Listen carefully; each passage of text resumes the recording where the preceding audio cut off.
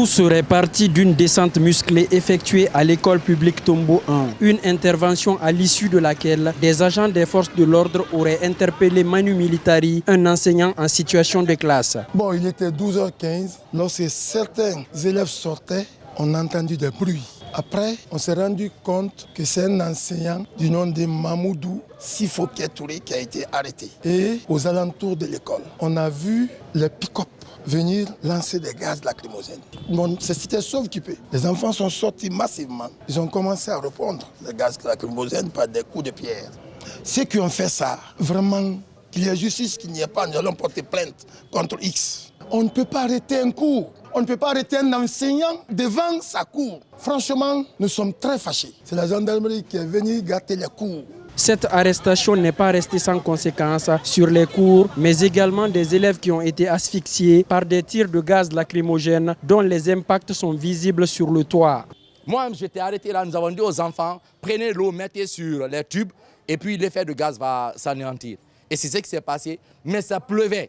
Peut-être vous avez dû voir le nombre de capsules là-bas. Il y a une quarantaine déposées là-bas. Et ça, c'est le moins parce que les gens sont venus prendre d'autres même pour envoyer. Des enfants tombaient comme des mouches. Il y a les élèves du primaire qui sont là, où on a appris qu'il y a combien qui sont tombés là-bas aussi. C'est que moi, j'ai vu avec mes yeux un élève cogné avec ces tubes de gaz et les autres élèves, plus d'une vingtaine de filles qui sont tombées ici. On les a transportés sur des motos ou bien sur d'autres choses ici. Vraiment, c'est désolant. Monsieur Ké Touré, le professeur de philosophie, hein, il est le président des sinistrés de Corontin. Le temps pour lui de rentrer seulement, mais le temps pour les élèves de sortir, il l'a envoyé. Et il paraîtrait qu'il y a 2 semaines, on le traquait. Maintenant, pour essayer de nous faire savoir qu'il a fait du mal, il commence à nous donner de fausses informations pour dire qu'ils ont dit ça, hein, qu'il a détourné 25 milliards. Face à cette interpellation, les élèves, malgré la présence des agents, notamment de la gendarmerie, ont investi les rues et érigé des barricades pour empêcher la circulation. Nous étions en cours, les gendarmeries sont venus récupérer notre professeur en classe. On ne sait pas ce qui s'est passé, pourquoi ils sont venus le prendre. Ça, comment on ne sait pas. Mais du coup, de fait qu'ils sont venus le prendre ici, c'est anormal. Maintenant, nous sommes sortis massivement, bloquer la route, pas de passage, pas de rentrée, pas de sortie. Ce mouvement de protestation a paralysé momentanément la circulation sur le tronçon sans fil Tombo dans la commune de Kaloum. Merci beaucoup à la régie par rapport à cet élément qui vient d'être présenté à nos chroniqueurs. Je pense que nos téléspectateurs l'ont suivi, nos auditeurs aussi ont suivi la voix en off. J'espère que ça vous fait réagir quand même lorsque un enseignant est arrêté devant la cour de l'école, parce que c'est la version qui nous est parvenue. Certains parlaient de l'intérieur de la cour, mais les versions qui revenaient le plus, c'est que l'enseignant a été arrêté devant la cour après avoir fait son cours aux environs de 12 heures. D'ailleurs, même le mouvement, l'intersyndical de l'éducation, par la voix de M. Michel Pépé Balamou du SNE, a déploré et condamné cette attitude des forces de défense et de sécurité, parce qu'il a estimé qu'au-delà de l'environnement immédiat de l'école, il y a aussi l'environnement périscolaire, c'est-à-dire autour de l'école, et que les forces de défense et de sécurité ne devraient pas arrêter un citoyen de la sorte, bien que chaque citoyen soit amené à répondre de ses actes devant la loi. Donc je pense que ça vous fait réagir également, M. Mansaré. Effectivement, ce que vous dites, pour moi, c'est une atteinte aux droits de l'homme. Les hôpitaux, les écoles sont sacrés. Au-delà de ces 2 aspects, que ce soit aussi des élites au niveau de notre force de sécurité, la gendarmerie, ceux qui sont censés être les intellectuels et qui ont le minimum quand même, qui devraient avoir le minimum comme connaissance des droits de l'homme et surtout le respect strict de ces droits de l'homme. Ce qui est plus poignant dans cette situation également, c'est de voir qu'aujourd'hui, rien n'est intouchable quand il s'agit des questions de violence. Au fait, tout devient... tout le monde est sous la menace, tout se règle aujourd'hui dans la violence, dans l'intimidation et dans... On aurait quand même pu l'arrêter autrement. Pour moi, c'est un intellectuel, un professeur, et ce dernier est prêt à répondre devant des choses. Mais quand on le reproche, et surtout qu'il y a des accusations de la sorte, et on n'a pas besoin de terroriser toute une école, peut-être toute une commune, et pour qu'on puisse s'aventurer. Moi, j'aurais appelé, j'aurais souhaité que nos dirigeants et surtout les forces de l'ordre, qu'ils puissent essayer de revoir leur manière d'interpeller les gens. Et je crois que ce genre de cas ne peut qu'aggraver la situation de ce genre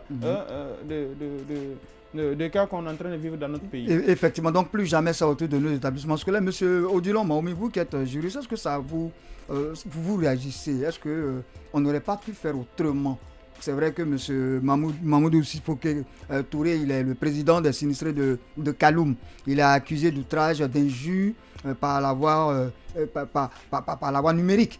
Voilà, donc il est accusé selon la loi relative à la cybersécurité. Alors donc, est-ce que vous pensez que cela justifiait un tel déferlement de violence? Voilà, je crois que M. Touré est un frustré, dans la mesure où quand est intervenue cette explosion du dépôt de carburant de Kaloum, qui a fait assez de dégâts dont on n'a plus besoin de démontrer ici, en retour, il y a quand même des déclarations que les autorités actuelles ont tenues pour faire respirer ces sinistrés-là. Donc ça se passe en décembre. Et nous sommes en quel mois? Nous sommes à pratiquement 6 mois après, 5 ou 6 mois après. Eh bien, quels actes ont été posés par les autorités pour pouvoir soulager ces sinistrés-là? Gros point d'interrogation. Alors, en la matière, forcément, il y a ces gens se constituent en association, devant laquelle il y a quelqu'un qui porte leur voix. Et c'est ce que fait M. Touré. Maintenant, à M. Touré, si les propos qu'il a tenus par le biais du cyberespace sont des propos qui sont discourtois, qui font atteinte à la dignité de la personne humaine, qui menacent la paix publique, il y a quand même qu'ils répondent de ces actes. Ça, c'est parce que nous avons quand même en Guinée la loi L037 sur la cybersécurité et la protection des données à caractère personnel, que tout Guinéen, à commencer par le président de la République jusqu'au dernier Guinéen, doit respecter. Mais maintenant, en parlant de la réaction de ces forces qui sont venues l'interpeller, Mani Militari, quelle infraction grave a-t-il commise pour qu'il soit drainé, pour qu'il soit torturé comme cela?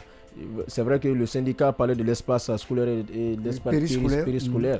Mais est-ce qu'ils ont tous cette notion-là? Est-ce qu'ils ont envoyé des convocations auxquelles le monsieur n'a pas répondu? Au moins 3 fois, c'est ce que la loi dit. Est-ce que ces convocations sont parvenues aux principales mises en cause face auxquelles il n'a pas répondu? Gros point d'interrogation. Et au-delà, c'est quand même regrettable qu'on voit ici une cinquantaine de gaz lacrymogènes, d'après. De gaz lacrymogènes ici entassés dans cet établissement-là. Donc c'est pas normal. Aujourd'hui, notre État fait preuve s'illustre dans la barbarie. Au lieu de parler de l'état de droit, je pense que dans tous les documents guinéens, on doit effacer l'expression état de droit pour mettre état policier. C'est l'image que nous présentons. Monsieur Odilon, Mahoumi n'est pas très tendre ce soir avec nos autorités. J'espère que cela ne se reproduira pas et ne se reproduira plus. Et nous allons passer à la deuxième image moi, je voudrais de la semaine. vous dire quelque chose. Oui, je sais que vous avez la dent très dure souvent. Non, monsieur Valli. Il faut qu'on apprenne à respecter l'école. Oui. L'école c'est un sanctuaire. L'école guinéenne a été souvent, n'est-ce pas, outragée par ce type de pratiques. Est-ce qu'on avait besoin de tirer ces gaz lacrymogènes-là, ces cartouches-là dans une enceinte scolaire? Mais c'est grave. Parce que j'ai vu des enfants suffoqués pratiquement. Pour faire des victimes collatérales. Ce qui est encore plus grave. Il y a beaucoup d'enfants aujourd'hui qui ont des problèmes de respiration. Exactement. Ce qui est encore plus grave, ce sont les cours qui ont été arrêtés ce jour-là. Parce que c'est à midi, les cours, c'est minimum 14 heures. Mais évidemment, donc, ça met en retard le taux d'exécution du programme scolaire. Effectivement. Combien de temps faut-il encore pour rattraper ça, sachant que nous sommes vers la sortie? Et ces élèves-là qui ont été des victimes collatérales du fait de la dégradation de leur santé. Mais il faut qu'on apprenne à respecter le milieu scolaire. Il faut qu'on apprenne à respecter les droits de l'homme. On apprend à ces enfants-là à l'école qu'il faut le respect des droits de l'homme. Et que les forces de défense et de sécurité doivent nous protéger. Évidemment qu'ils doivent nous protéger, mais ces enfants ont eu le sentiment d'être agressés, d'être, n'est-ce pas, violés dans leurs droits. Et le jeune élève qui a intervenu, il dit, on a barré la route. Ça force à la violence de l'État. Eux-mêmes, ils atteignent à la images qui n'ont pas la République. Ça m'amène par exemple à supposer par exemple qu'à l'examen, au brevet ou à l'examen d'entrée en 7e année ou même au bac, qu'on pose la question, qui sont censés protéger la population? Vous pensez que ces élèves vont dire que ce sont les gendarmes ou les policiers? Violente question, monsieur Odilon. La dernière question que je me pose, eh bien, quelle a été la réaction de M. Sidi? Monsieur Seydi, moi je n'ai pas vu de déclaration officielle du MEPIA. Il ne faut pas négliger. Honnêtement parlant, je sais que vous êtes choqué, mais on va passer avec. C'est l'aspect psychologique. C'est des enfants qui ont déjà eu le choc de l'explosion. Et on vient encore faire d'autres aspects pour aggraver leur situation psychologique et psychologique. Et c'est ce qui est dramatique dans un pays normal. Ça aurait dû être, on doit porter plainte. J'aurais bien voulu que le philosophe Condé soit là pour nous commenter. Analyser la truc.